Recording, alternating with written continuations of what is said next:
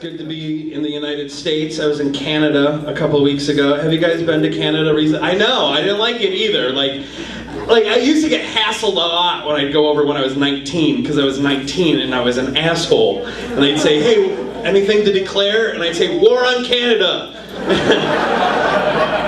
Now I know how many fingers I can take in a cavity search. 3. I mean, if they're small, like 3. And I'm relaxed. I don't know.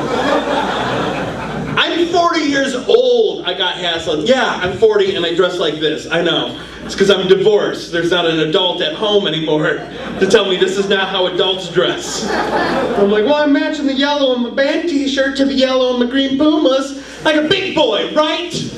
Yeah, like a mentally handicapped big boy. Good job, me. All right. So I'm in Canada, crossing the border, and the border guard's like, have you ever been arrested? And I said, no. And he said, never? And I said, no. And he said, never, ever? Like my answer was going to change. Like, never, ever? Oh, yeah, fuck yeah, earlier today, actually.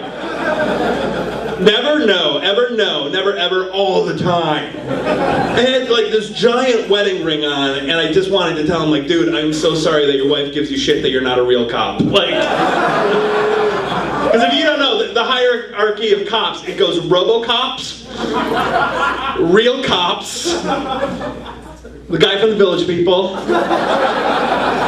right behind him, neck and neck, the cops that hang out in rest areas, trying to get dudes to suck their dicks, the guy who busted Fred Willard, bicycle cops, and border crossing guys.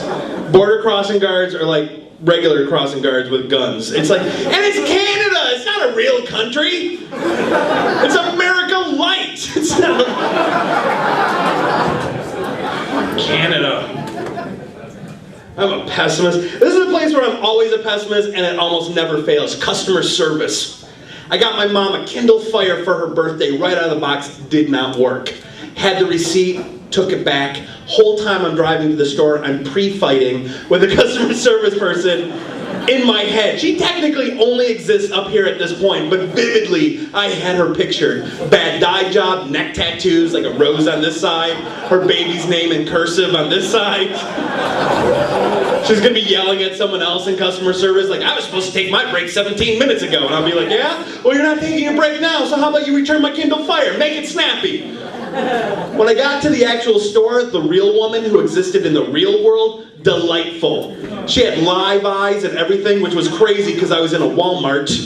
And don't judge me, everyone there are dead eyes, like even the greeters. They're like, welcome to Walmart. It's like, look at your face, you don't mean it. And this woman was so good, she was so attentive, but because I was fighting in my head the whole way there, I couldn't snap out of it. Like, she's like, can I help you? I was like, yeah, I got this Kindle Fire from my mom for her birthday, it doesn't work, what are you gonna do about it? She's like, do you want a refund or an exchange? I was like, yeah, like I want a refund so I can go home and give my mom $180 store credit and be the worst son ever and let my brother win the Son of the Year award that I'm having with him in my head right now too. I want an exchange. She's like, well, let me call electronics and see if they have one. I was like, I already called. They do. She's like, all right, settle down. Let me call them and have them bring one up to you. I waited 27 seconds tops with my arms crossed, tapping my foot angrily. And like in my head, I'm like, dude, this woman's great. Like if she were any better at her job, she would have to quit Walmart and start working at Target. She was that good. And like I finally got the new one, and like I was so angry. I was like, did I not mention it's my mom's birthday? The ice cream's probably melting at home. She's like, settle down. I left the store feeling like a winner, because I thought it was gonna be terrible, and then I was pleasantly surprised, which is how life is for me as a pessimist. That poor woman, probably an optimist. Judging by her sunny disposition. She probably woke up that morning, was like, I'm gonna put on my happy face pin, and my happy face. I'm gonna be the best customer service person Walmart's ever seen. I'm gonna change the reputation of this company from the inside out. Halfway through the day, she's like, I need a cigarette break and I don't even smoke. Someone give me a Capri or a Virginia Slim, something that tastes like a tampon, because Fat Mythbusters couldn't wait 28 seconds for a stupid Kindle Fire. Why doesn't his mom read a real book? I'm always looking for a fight. Like, my nephew is 9, his name's Jake. And he told me he's getting bullied at school by a kid named Griffin Feathers. too. And I felt bad. He's doing it because Jake's the smallest kid in his class. And when I was his age, I was the smallest kid in my class too. I wanted to be cool Uncle Mike, so I told Jake, I was like, let's go find that kid. I'll kick his ass. Jake's mom was like, you can't beat up a 9-year-old. I was like, look at me. Are you kidding me? Of course I could beat up a 9-year-old. I could destroy a classroom of 9-year-olds. I play Risk. I know strategies. I'd go in there, I'd knock their terrarium on the ground. Their turtle would be upside down. They start freaking out like, Mr. Shelley. Then I'd start drop kicking Dakotas and Dylans and whatever they name 9-year-olds these days. Then I'd look at the 8-year-olds and I'd say, see what I did to the 9-year-olds? Shape up or ship out, or it's Hunger Games for you guys. No survivors! It's a kid's real name too, Griffin Feathers. I'm making it up. If he's gonna bully Jake, I'll bully him through slander or whatever. I am a little worried when I perform near my brother's house that after a show, a guy's gonna come up to me and be like, dude, why are you making fun of Griffin Feathers? Be like, who are you? Pegasus Feathers.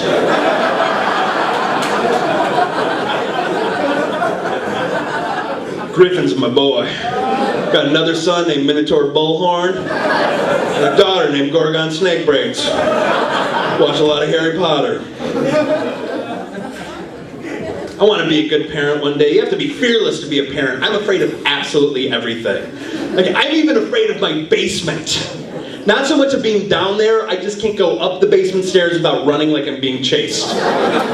Which is ridiculous. I can be down there on the treadmill with earbuds in, running for 7 or 8 minutes at a time. Not worried at all, but as soon as I hit the stairs, it's like I feel him like breathing on my neck. I start skipping stairs. I was like, I just have to make it to the main floor and then I'm safe. Everyone knows that's boogeyman law. You make it to the kitchen, you are good. They have to stay down there, subterranean species. It's in the rule book. It's not gonna work when I have kids and one night one of them says to me, hey Dad, I think there's something under my bed. I'll be like, yeah, probably. Better yours than mine. I mean, just tuck your arm and leg inside the mattress. Because boogeymen can only go like this. Everyone knows that. They can't go like that. I don't know if it's in the rule book or they don't have wrists or what, but if you go, stay inside, they're good. They cannot reach over at all. It's against the law or something like that. Just be afraid of the fact that Daddy hasn't changed the smoke alarm batteries in 9 years. Let's hope the house doesn't catch fire tonight. Go to school tomorrow looking like Freddy Krueger. Everyone will be like, oh my God, what happened to you? Be like, Dad took the batteries out of the smoke alarm to put them in his toy lightsaber. I'm a huge Star Wars geek. I have Star Wars tattoos. Yeah, I got an Ewok, but when the mood's right, it's a Wookiee.